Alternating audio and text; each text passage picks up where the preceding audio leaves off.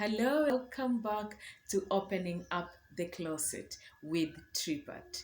Remember, the closet is our mindset, really.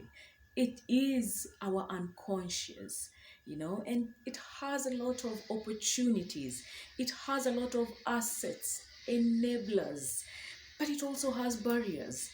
And what we seek to do here is just to let us reach into our unconscious, to dig deep into our minds and find out what are these good things that we have stored, that we have forgotten about ourselves, and we have really immersed ourselves into our daily lifestyle. We've forgotten the good about us. What are these very bad experiences that we have gone through? And we have buried them deep and we don't want them to be scratched. But the reality of life is they affect how we run our daily lives. They affect how we relate to people, our children, our spouses, our colleagues, the society at large. So we want to be able to find out how can we live our purpose to the fullest. All right? So thank you so much for being here today. And we are going to talk a lot more about things that we have buried deep in our closets. Welcome. I am your host, Triza Patricia Achieng.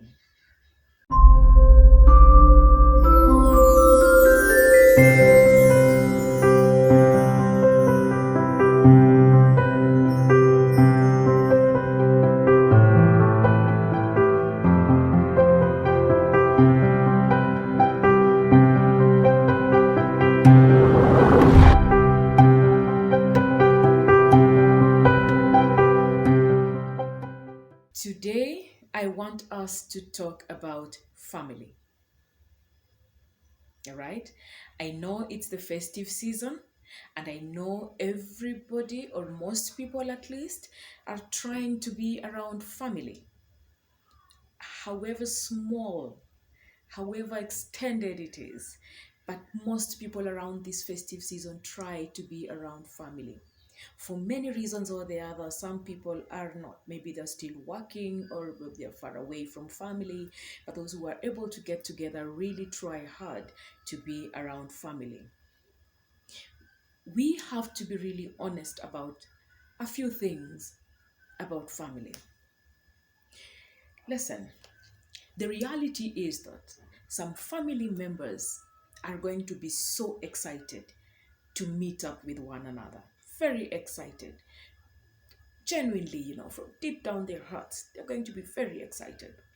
Other family members are going to put up a facade, this face of, I have to meet up with you, and I'm going to smile because I have to. I've been told this is family, so I have to be happy that I'm going to meet family. I'm not so certain if that's a good thing. Some family members do not even meet eye to eye, and they wouldn't even try and lift a leg to go and meet up with their own brothers or sisters or aunties or uncles or just family at large. And we wonder, how did we get there? I mean, I don't think there's any family that is brought up, not talking to each other. At least from that very onset, there has to be something that has gone wrong. And what I wanted us to talk about today is why or how did we get there? Some things in the family that if people do not sit and talk about, and they become a thorn in the flesh for the very longest, and this really affect how we relate with each other in our families. Some things are kept in the closet, those skeletons that we don't want to get scratched, but we want to scratch them so that we get them out. All right. So one thing that families need to address or look at, reasons why maybe we don't look eye to eye. Do you sit and talk about family issues? For example, parent-child relationships, supporting each other in the family, things like jealousy, things like abandonment. This bring, a lot of rift in the family if they're not well addressed. Things have happened. Somebody was abandoned. Somebody has not been looked after properly. At least that's what they feel. Has there been an opportunity for the family to sit down and try and address some of these issues? Are we even aware that that is how someone feels? There are issues of substance abuse in the families. How are they being addressed? Are we just letting someone be because we say, that one belongs to, whatever it is that is happening to him or her? And then we sideline someone, and someone is just probably frustrated and just feels like maybe needs to talk to family members and address this issue. There's a lot about communication skills in the family. I mean, some of us were born vocal, some were born not very vocal, but everyone wishes to express their opinions or ideas. Do we give a chance, or is it this one person who talks loudest that is heard all the time? Do we sit and say, so and so should also say something? Let's hear what he or she has to say. Effective communication really also affects us in our families. Collaboration. Do families get to do things together? Do we seek opinions of everyone in the family? Or do we just go for the one who probably finances the family most? And once his opinion or her opinion is heard, then that is it. Empathy. Do we get to feel what one of us is going through? So that even when they tell you exactly what they're going through, then you feel it. And they don't hear you laugh about it on the side or behind their backs. Are you there with them? Do we give support where necessary? Of course, up to a certain level, up to a certain point. I know at times we have given support, recurrent support, and you're thinking this family member is not serious right now. But have we tried? Have we supported our own? The family systems, the responsibilities in the family. If these ones are not handled properly, these ones mess up the family big time. Most times I remember when I was growing up, then they used to say that, oh, the firstborn is in charge of this, but I didn't hear anyone say the secondborn is in charge of this, the thirdborn or the lastborn of this. So probably someone feels already left out. We can be together. We can sit together. We can discuss. This is someone's responsibility. This is someone else's responsibility. Makes life very easy. That we don't get to say things like, he did the job that I was supposed to do. Separation and individualism of family members. All right? Someone wants to be independent, but they still want to maintain strong family bonds. It doesn't mean that when somebody wants to move out of the home, then now you sideline them and say, those ones, they have gone, they have left us. Understand people. When people want to move, don't say he's the last one, he has to stay at home. He wants independence, but it does not mean he's cutting ties. So are we agreeing with each other up to that level? Understanding and handling challenging family situations. Something has come up. Sickness, probably. Someone is sick.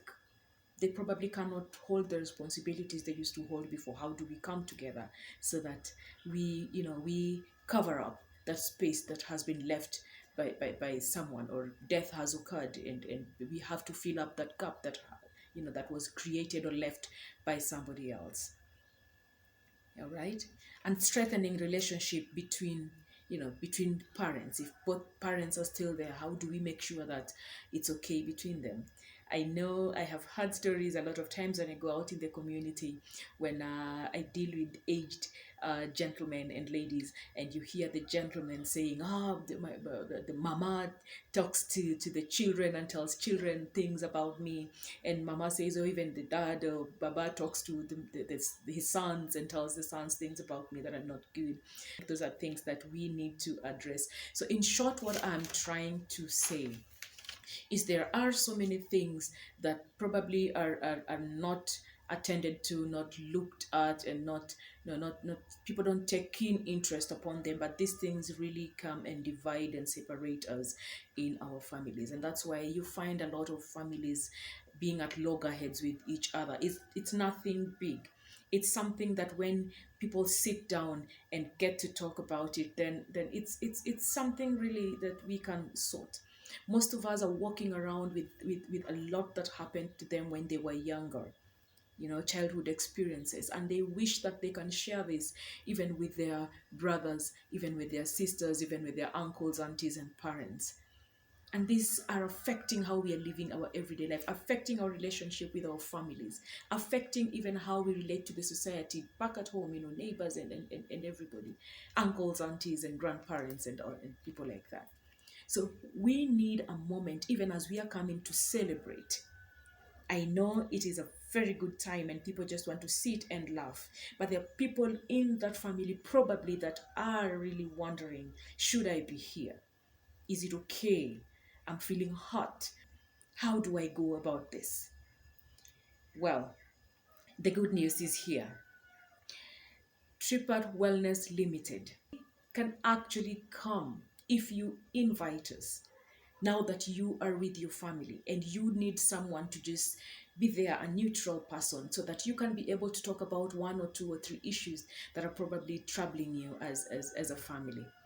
If you have one person within the family who can handle this, well and good. But if you need support, if you need someone to be there to guide you on how to do this, then you can always reach out to me. I will always be there to be able to just sit and listen and guide the family. I mean, all we are looking for is just how to survive, and not just survive, be happy about it while surviving. So I'll share with you my contacts. You can email me, patachieng at gmail.com, tripatlimited@gmail.com. You can call 0729 422 302 and just talk. I mean, we are not perfect, all of us, but one person can always be there for another. I want to thank you very much for being here today, for listening to me, and I'm very ready to answer any questions you have. Just contact me, and also I'll be very glad to join you if you want someone to come and sit there and be with you as you talk.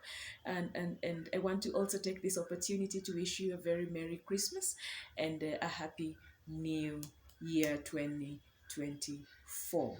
Thank you very much for listening. This was Opening Up the Closet by me, Patricia Chen. Until next time, see you.